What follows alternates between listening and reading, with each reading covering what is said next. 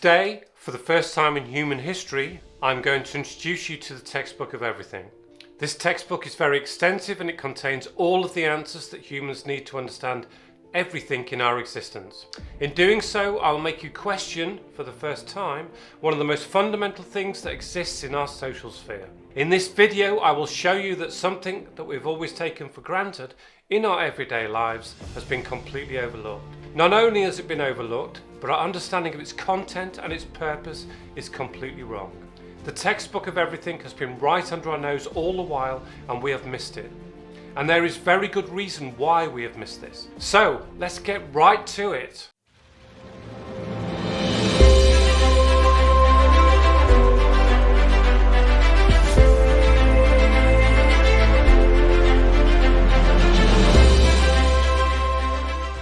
Right, as I said, I'm going to introduce you to the textbook of everything. Within our world, we accept many features of our lives without question. We create norms that develop into commonly held beliefs that are maintained by almost all of us. Consider this statement made by Melanie Joy, the author of Why We Love Dogs, Eat Pigs and Wear Cows. As Melanie says, the path of the norm is the path of least resistance. It is the route we take when we're on autopilot and we don't even realise we're following a course of action that we haven't consciously chosen. In other words, too frequently we become absorbed by something that we've never even questioned. Equally, the free thinker and American musician Frank Zappa once said, "Without deviation from the norm, progress is not possible." As I said, I'm going to introduce you to the textbook of everything. As Mr. Cup, I'm here to reset the human compass. What I'm about to show you may shock you or it may surprise you. You may dismiss it straight away or you may say, "I knew it." Whatever your response will be, progress is just about to start on a new journey. So, this is it. This is the textbook of everything. In all of human history, the Holy Bible has been seen to be a media for moral and religious discourse, but it is so far from this and much more. Even given the weight of universal opinion, it is time to think again and take a very different look at this masterpiece. The Holy Bible has faced centuries of misrepresentation and its sole purpose has been irrevocably missed. Not convinced? Well, let's delve into this a little further. First of all, I'll explain what the term Holy Bible actually means. I will explain why there is so much controversy surrounding the Holy Bible. Then I will take you on a journey that will disclose to you the real reason why we've always missed the fact that this is the textbook of everything. We can start by understanding what the term Holy Bible actually means. The word Bible comes from the Egyptian word for parchment, biblos. The Greek word biblios means books or scrolls. Later it was translated into Latin, biblia, meaning book. The Bible is more than a single book, it is a library, to biblia, which means the books, and hence it is a library of books. There are 66 books in the Bible and together they provide a series of texts which provide answers to its inherent theme, i.e. the creation events, the Lord God, Yahweh and hence everything. The essence of the word everything is derived from the term holy. Note here that the misuse of the noun whole, a pit, as opposed to the adjective whole, entirety. This is deliberate and purposeful. The use of the word is implying entirety, as in the adjective, whilst at the same time it refers to the pit, as in the noun. The latter directly relates to the complexity of the source from which our entire existence evolved and is given at the beginning of the Holy Bible during the creation event. A related verse, Zechariah chapter 1 verse 8, of relevance here translates to read, "All influence over God was facing the pit of despair." Hence from the pit, whole, the entirety, whole of our existence evolved. This is explained more fully in another video. Of relevance right now is the fact that the Holy Bible contains 66 books which provide the text to explain the entirety of our existence. In other words, and put succinctly, the correct meaning and translation of the phrase Holy Bible is the textbook of everything. As I mentioned earlier, the Holy Bible has been seen to be a media for moral and religious discourse. This is understandable when we consider that we are introduced to the concepts of good and evil within the first few chapters and subsequently. Cain and Abel begin to act dastardly. The sin of humankind is swept away by a great flood. Abraham is at odds about the sacrifice of his own son. And then Moses leads the people out of slavery. Just to name a few. However, scholars of the texts in the Bible are less convinced, and they argue that the content is not as simple as it may seem. The lessons we learn in early life at Sunday school and infancy are far from exact. For example, when the animals enter Noah's Ark, we believe that they go in as pairs or 2 by 2, but the actual verses contradict each other. In one text, the number of clean animals is 7 pairs of each kind, and in another text, the number of animals, including the clean ones, is 2 of each kind.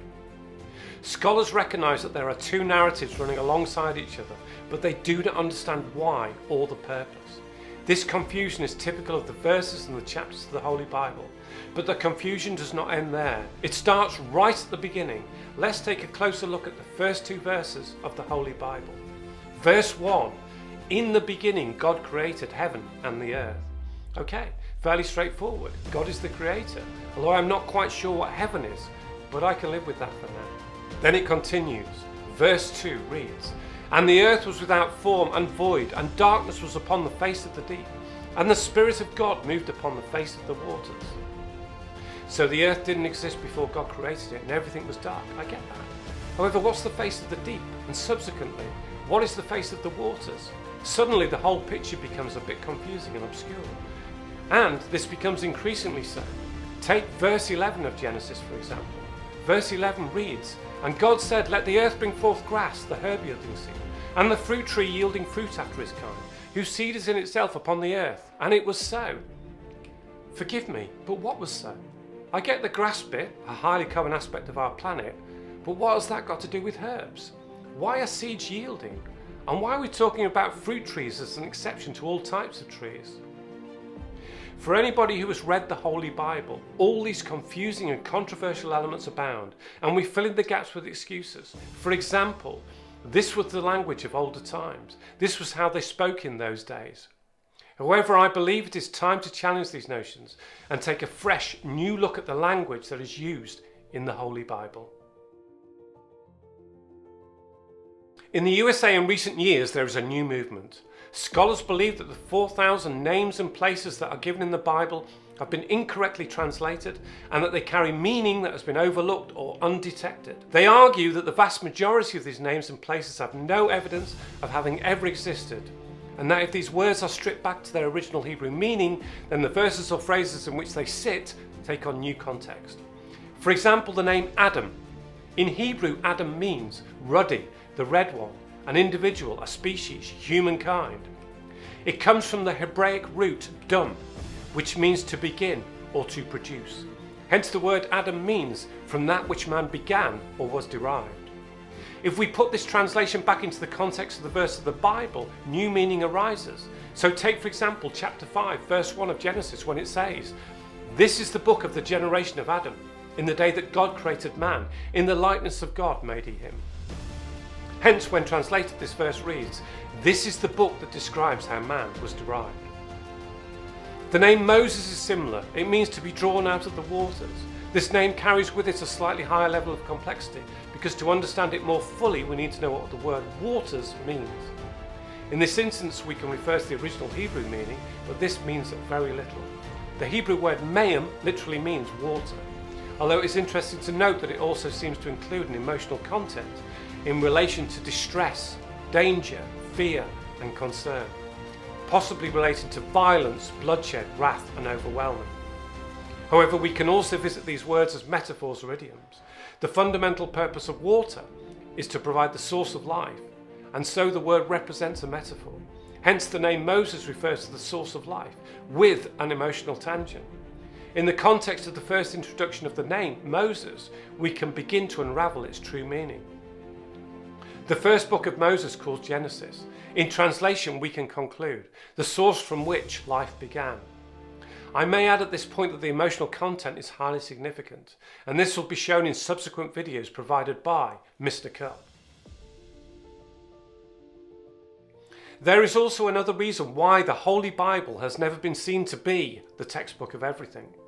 The Bible is a highly extensive piece of work that is over 1,300 pages long and is written in a language that people just don't understand.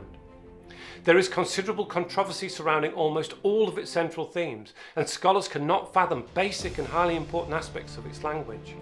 You may not believe this to be true when viewed from afar, but get into the detail and the scholars do exactly that, and the controversy is rife. For example, the word for the God of Israel is YHWH, also known as Yahweh. This is thought to be the oldest word known to man, and it is unpronounceable. However, it cannot be deciphered, and hence God remains obscure. Furthermore, it is natural in the Hebraic language that words are linked and broken down into the root form and into various subroots and so on. Dependent on the context of the word, which can vary considerably, the relevance of these various root forms becomes important or redundant.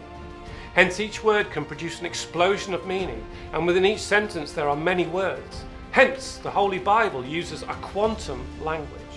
I have been studying the language in the Holy Bible for 15 years, and I have translated many verses and chapters. Each is very challenging, and this begins at the very beginning. For example, the first verse reads, "In the beginning God created the heaven and the earth."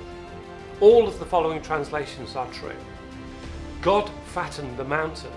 God created the division. God created death and life. God created all meaning in the environment of man. God created duality. God created the petrifaction. In the head of God, our physical world, and all meaning in it was fattened. In all existence, reason was distorted. Fattened the mountain, distorting all meaning and the environment. God distorted existence. God created the compounded, distorted denial. God created all concern. The denial began with God. You will have noticed that as the many translations of the first line of the Bible continued, they took on a more ominous meaning. The use of terminology such as concern, distortion and denial do not really ring true with our commonly held views. However, as I mentioned in my first video when I introduced you to Mr. Cup, I said that as new knowledge arises, it provides answers for the good of humankind that are not for the good of humankind. I went on to say that attrition will inevitably develop as a consequence, but more importantly, humankind has to face its greatest ever test of maturity. This battle will take people to a new level of emotional resilience, power and strength. In other words, what I'm saying is that we have failed to recognize that the Holy Bible is the textbook of everything because we are in denial of the truth. This is a challenge for humankind. This is the commencement of the 1,000-year war. This is the human compass being reset. Now is the time to reveal the true meaning of YHWH, known as Yahweh, the oldest word known to man and the identity of God. I will also reveal the location of the Ark of the Covenant, disclose the devil, show you the place called heaven, and confirm the life that exists after death. I'll redefine science and religion, and everything within their subjects and their ranks. And I will answer the biggest question of all time, the meaning of life, the universe and everything. The only language I have is the truth. There is much to say. Just keep watching, Mr. Cup.